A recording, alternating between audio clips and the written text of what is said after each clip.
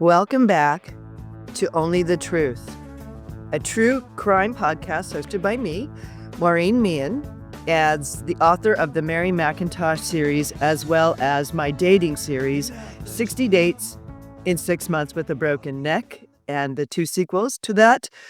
60 Dates is being made into a movie, being filmed in June, with hopefully a red carpet premiere in the fall. I will keep you posted on that. Today, we're going to focus on my 4th novel that I actually wrote in 2006, and it is called Pandemic Predator. So I wrote COVID long before COVID.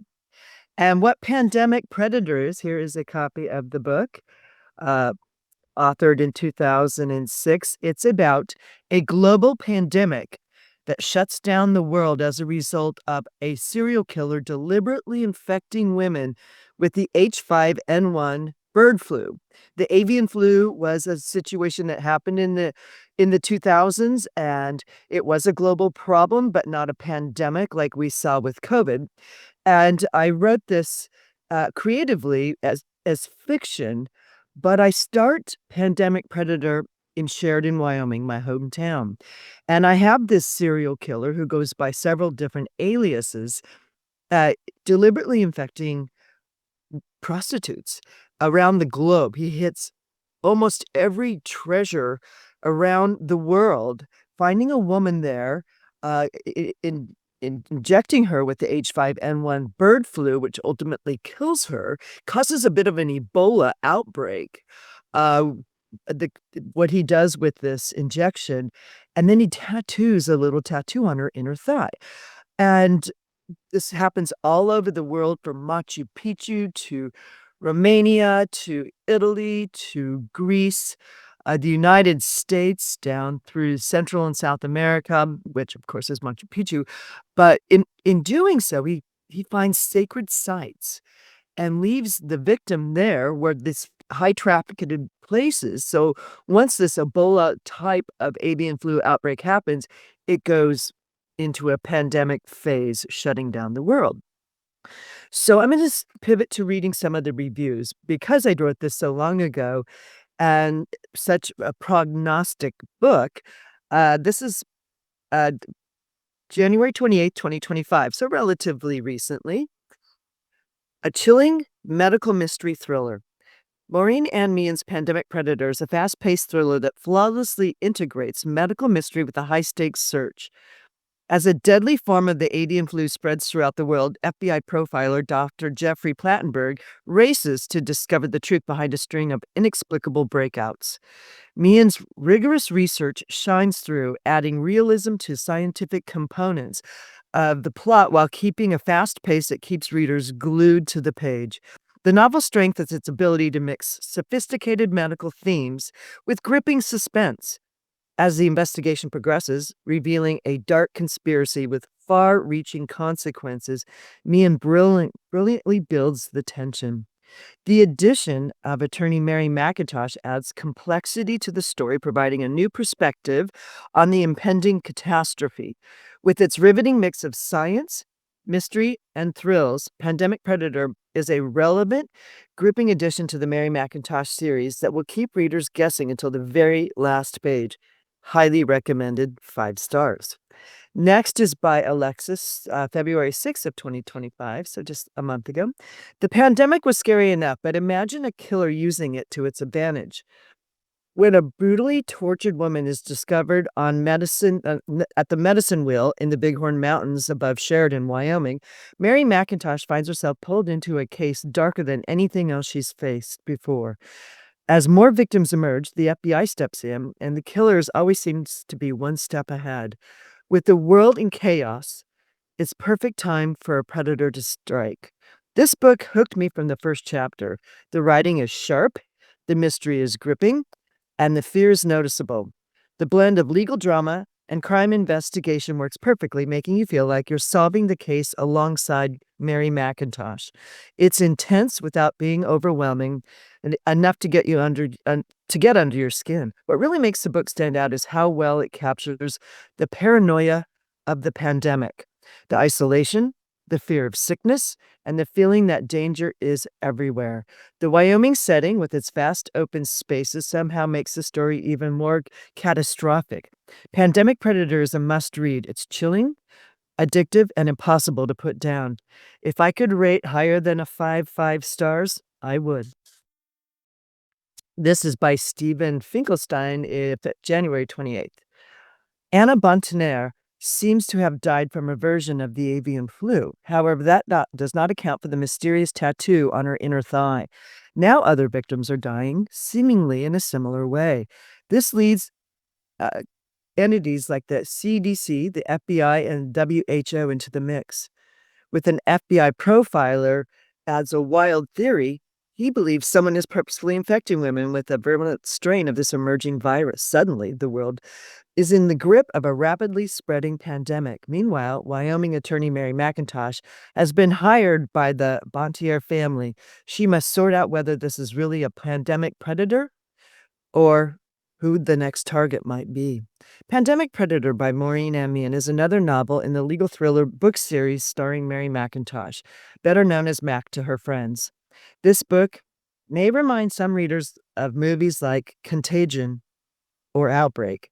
While it's always fun to spend time with Mac, Wyoming's favorite and most skilled legal mind, this novel seems to be even more inspired than most of the others. Maybe it's because the skill with which Mian weaves the topical pandemic aspect of the storyline in with her normal cast of characters. While she still gets the most of the spotlight, as she should, Dr. Plattenburg is a worthy addition to this series as the FBI profiler. He and Mac play off each other nicely as they both try to zero in on the pandemic predator, who they are both convinced is still out there. This novel has a better antagonist than some of the others. As we learn more about him and his motivations, the whole business that Mac and the FBI profiler are investigating takes on a much more sinister edge. While Mac has gone up against worthy baddies before, seldom has she dealt with pure evil. It takes this novel into almost a Stephen King or James Patterson territory. There's never an unworthy entry in the Mary MacIntosh series, but this one is particularly inspired, not to mention unsettling. Mian is at her best here, crafting one of the most complex plots that results in perhaps her most satisfying payoff. And imagine that she wrote this in the mid-2000s. Again, a 5-star review about the prognosis of a COVID outbreak long before it was ever a thing. But in my mind, it's always been possible. And that is why I like true crime. It's not that I like it, but I like to analyze it. In all of my Mary MacIntosh series, it is based in true crime because you can't make this stuff up. And I take it and fictionalize it on purpose to bring Mary MacIntosh into the mix. However, the themes are real. They are based in true crime.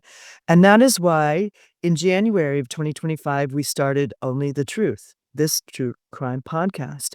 I think it captures the Mary MacIntosh series well. Eventually, I will probably outpace the podcast and have to go into this on my own and investigate some other true crimes that I haven't, authored the novel yet, but there's always time.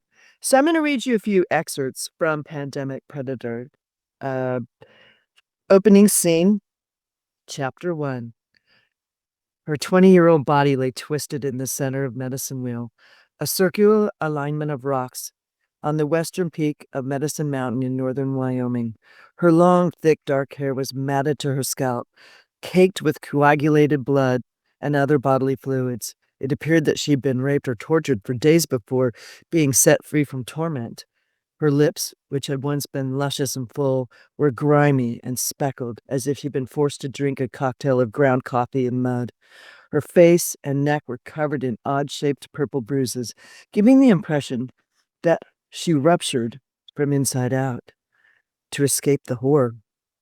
Even her skin looked like it had been attempted to detach itself from the bone. Yet, she was still breathing. So I'm going to fast forward a little bit to a different part of the book when we introduce Mac and her partner, Harry.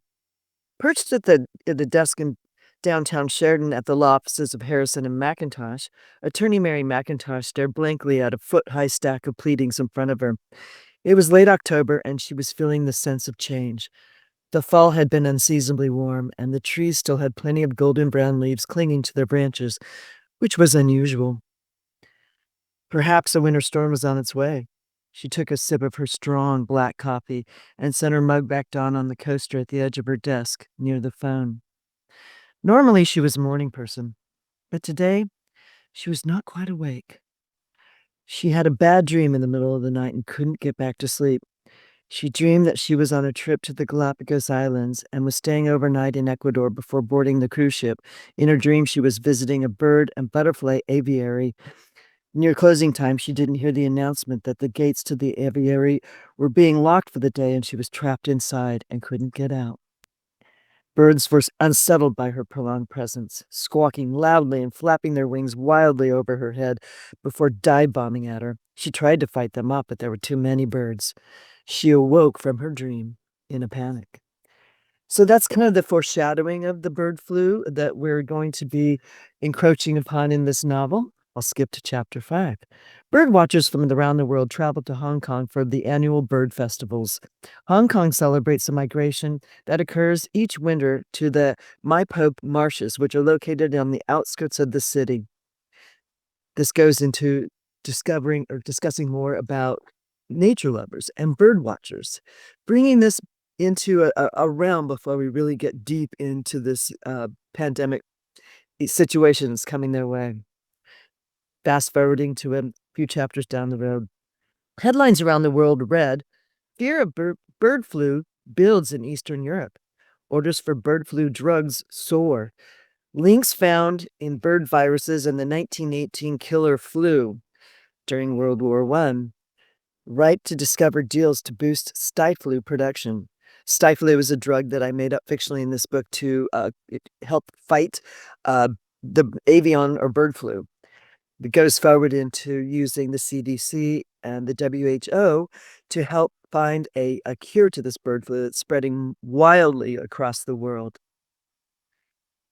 Moving forward, life in the Kanchanburi province, west of the city capital of Bangkok, Thailand, was a rural and quiet comparison to the city, the very epitome of the modern, sweltering Asian metropolis.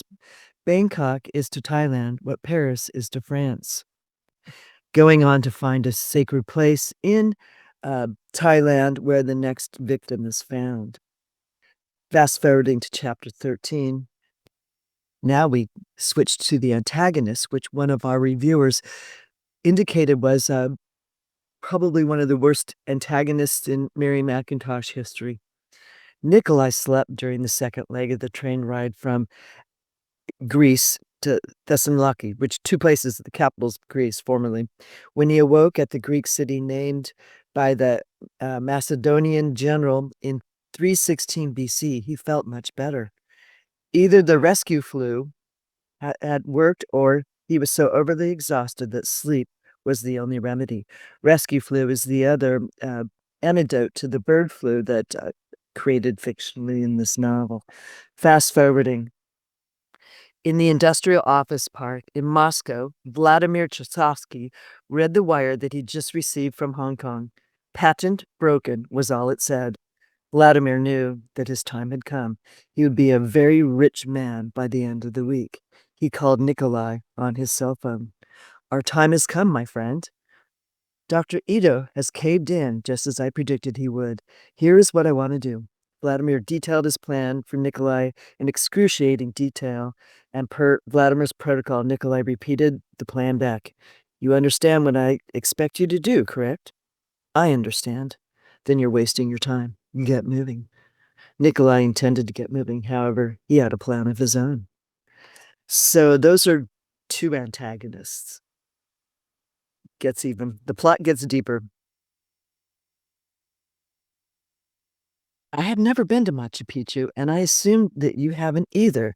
So I got a copy of National Geographic video on the natural wonders of Peru. This is a doctor with the CDC trying to figure out where this newest victim is. He's never been to Machu Picchu in Peru, and a victim has just shown up there with that same outbreak, similar to Ebola, avian flu, and the tattoo on her inner thigh. She was found below the Temple of the Sun in a small cave called the Royal Tomb. Getting to the epilogue of the book and the end of our podcast. Despite the fact that these souls appear unhappy with their place in life, they don't fit the profile of a killer. The problem is that there is no profile for a killer, especially a serial killer. So I invite you to enjoy Pandemic Predator, a Mary MacIntosh novel, again crafted in the mid-2000s about a global pandemic that takes down the world much like COVID did in 2020. I hope you have enjoyed this podcast of Only the Truth, the Maureen Meehan True Crime podcast, hosted weekly by me, all still following the Mary MacIntosh series thus far. Thank you for joining me, and have a great rest of your day.